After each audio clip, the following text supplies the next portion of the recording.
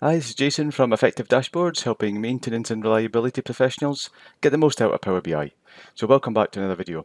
In this video, we're going to be looking at metrics, and I'll be looking at this value here on a metric. So this is a value that displays a difference between the current metric value and a value at some point in the past. So I'll be explaining how you can set this up, how you can configure it, and some considerations for when you would use it with different types of data. Okay, so let's crack on. So I've already created a scorecard and it's got 5 metrics added to the scorecard. Now, if you're wondering what a scorecard is, then check out the link below. I've got a video that explains how to set it up and what they are and what metrics are, etc. So check that out. And I do assume that you've got a little bit of a knowledge of these metrics, or at least you're interested in learning more about these. So each one of them's got a value. So that's a current value here, and you can see that's the bold number there. And then next to it, it's got a target. Okay, so these values are drawn from a Power BI report that's been published up to the Power BI service. So that's linked into a Power BI report, which is linked to a Power BI dataset. So whenever that dataset refreshes, these values will update automatically. And there's a little trend here for each one of them.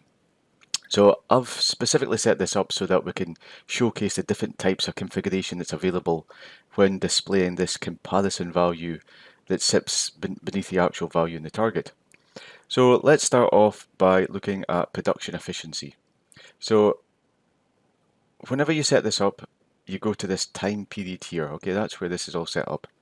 So you need to be in edit mode, so that's fine. I'm in edit mode here. If you're in read mode, you'll see that this will be all grayed out. So just make sure that you're in edit mode. And you've got, first of all, the option to either to switch this off actually. So you can go in and press off, and we can see we've got a preview here, and then you save that, and we can see that it's just going to be nice and clean.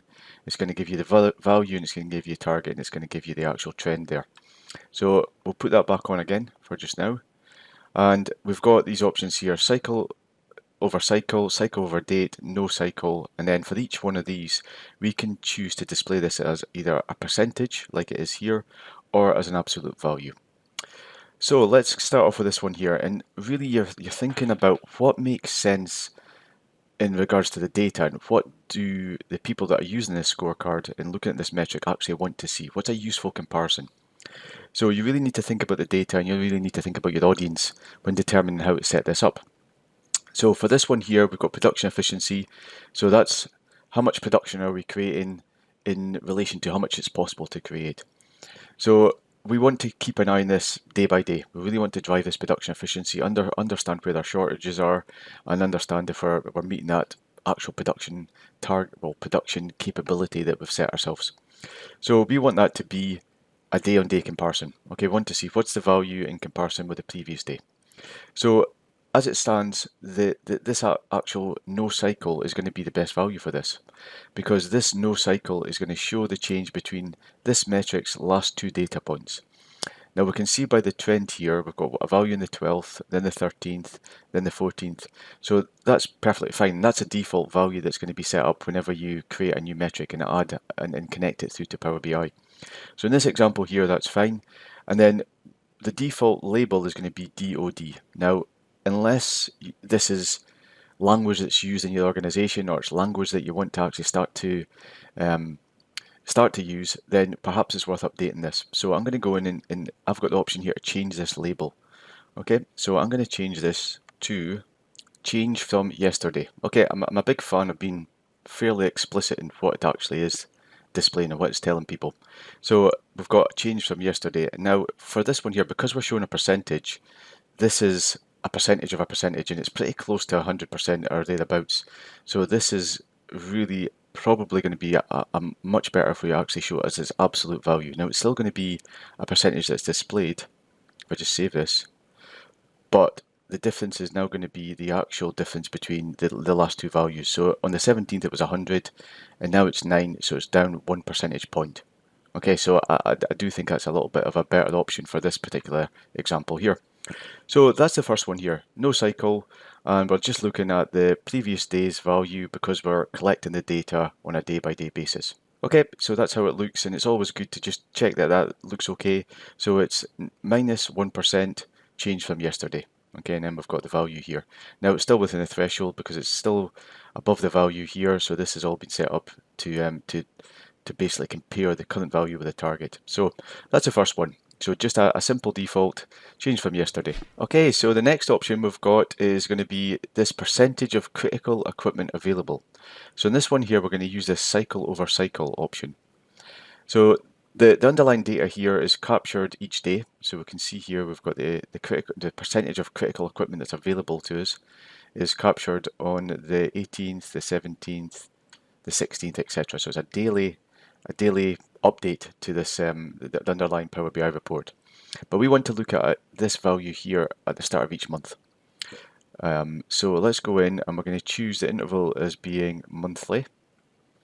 And we're going to start on the first of the month. Okay, now if we go here, we can see that this is, if we save this, this is now changed, and now we've got the value on the 1st of the 12th, the value on the 1st of the 11th, etc. So we've now changed the granularity of this little mini graph that's actually, this little mini line graph that's shown beside each of the metrics. Now, if you want to report this on a different day each month, then you just change here. So say I want to report this on the 5th of the month, and then I save that. We can see that's changed, and we can see the values now being reported on the 5th of the month. So if you've got a different reporting day, then you can add that in. So let's put that as the 1st again, and we'll save that. I quite like it the 1st. And then we're going to go and put a label in here. So again, making it, we could say the end of last month, that's fine, because the date is going to actually show you, it's more or less the end of last month. Okay, so let's go and have a look at this one, see how it looks. So we've got a value here that says that it is 89%, and then the value last month was 89% actually, so there's no change.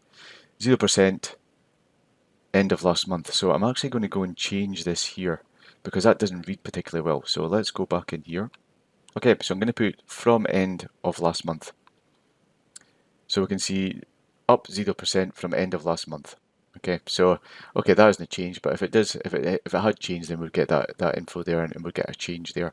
So finally, for this one here, time period, I also want to show that as an absolute value. Because we're going to see these percentages and are quite close to 100 anyway, I'm going to display that as an absolute value. Okay, so the next option we're going to look at is going to be for overdue actions related to high impact root cause failure analysis investigation. So this is a trend of a number of actions that are open at the end of each day. Okay, so we can see here we've got the trend there, and it's just it's counting down each day. So let's go into our time period again. Now I'm going to go with a cycle over cycle again for this one, but this time I'm going to go for a custom cycle.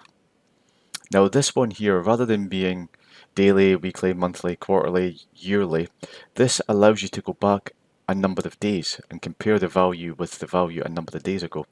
So I'm going to go back and look at it, and I want to look at this at every 14 days. Okay, so I want to look at it as every 2 weeks. So if I just go, and we can see here that at the moment this is set up for daily. So I save that. We can see that now this value is looking back 14 days. Okay, we can see that's jumping back 14 days each time. Now, what you can do as well is you can track rolling intervals, and this monitors the trend by tracking a period of time to today's date. Okay, so this is actually going to track it from the last time that you've got some data entered.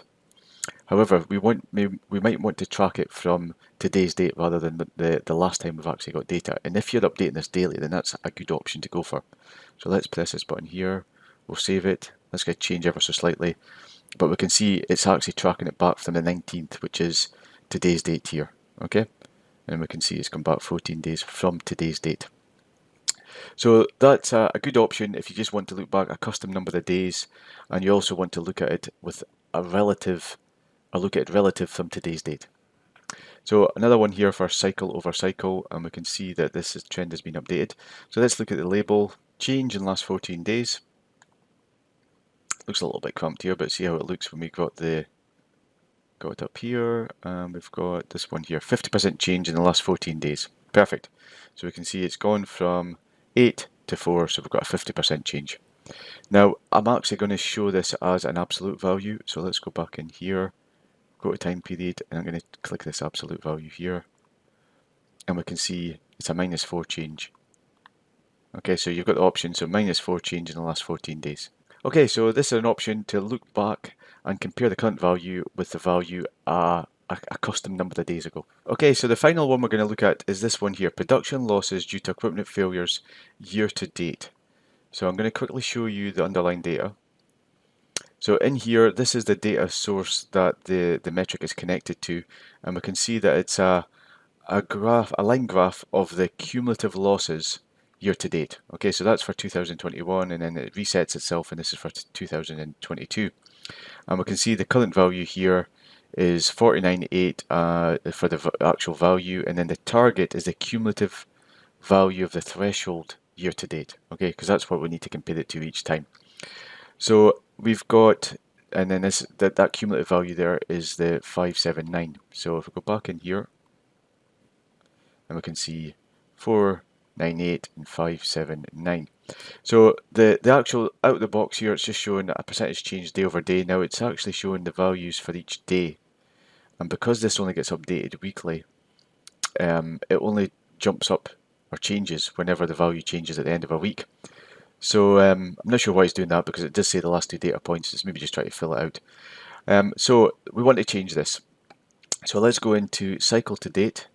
Now we know that we've got the values here are year to date. Okay, so we're going to choose yearly, and we're going to start on the start of 2021. Okay, now if I save this, this is going to change, and it's just going to be a line here.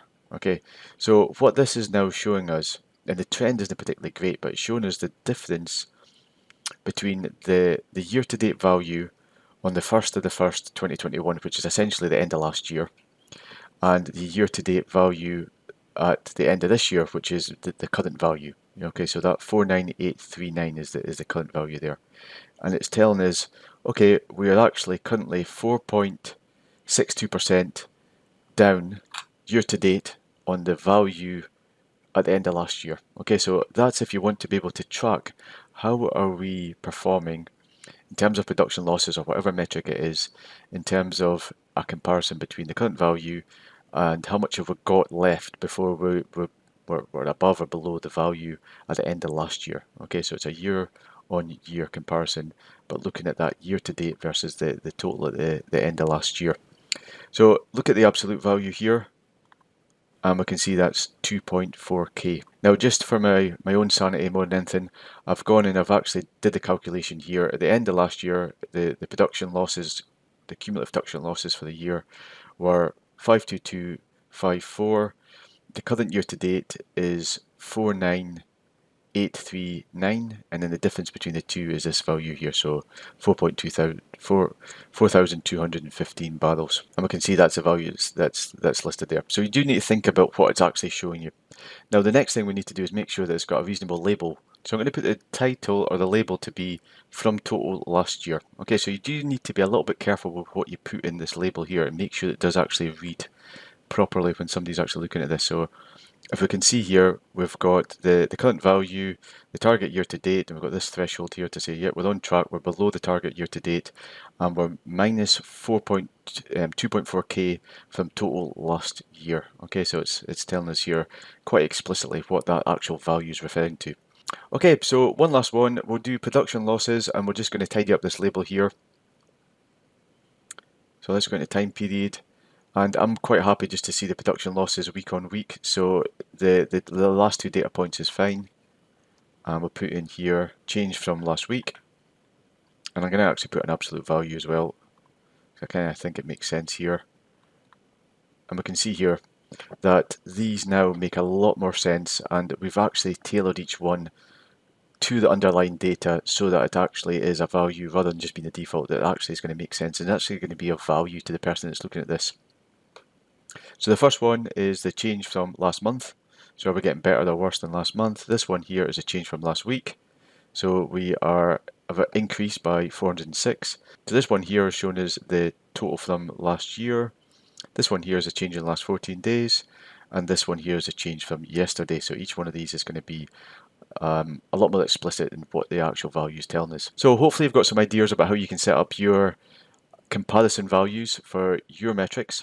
And if you found this useful, it's always much appreciated and really helpful if you can give the video a thumbs up and a like. And if you want to keep up to date with the latest videos, I tend to release one every week, then hit the subscribe button and press the wee bell and you'll get a notification whenever I publish a new video. Thanks again for watching, and I'll talk to you in the next video.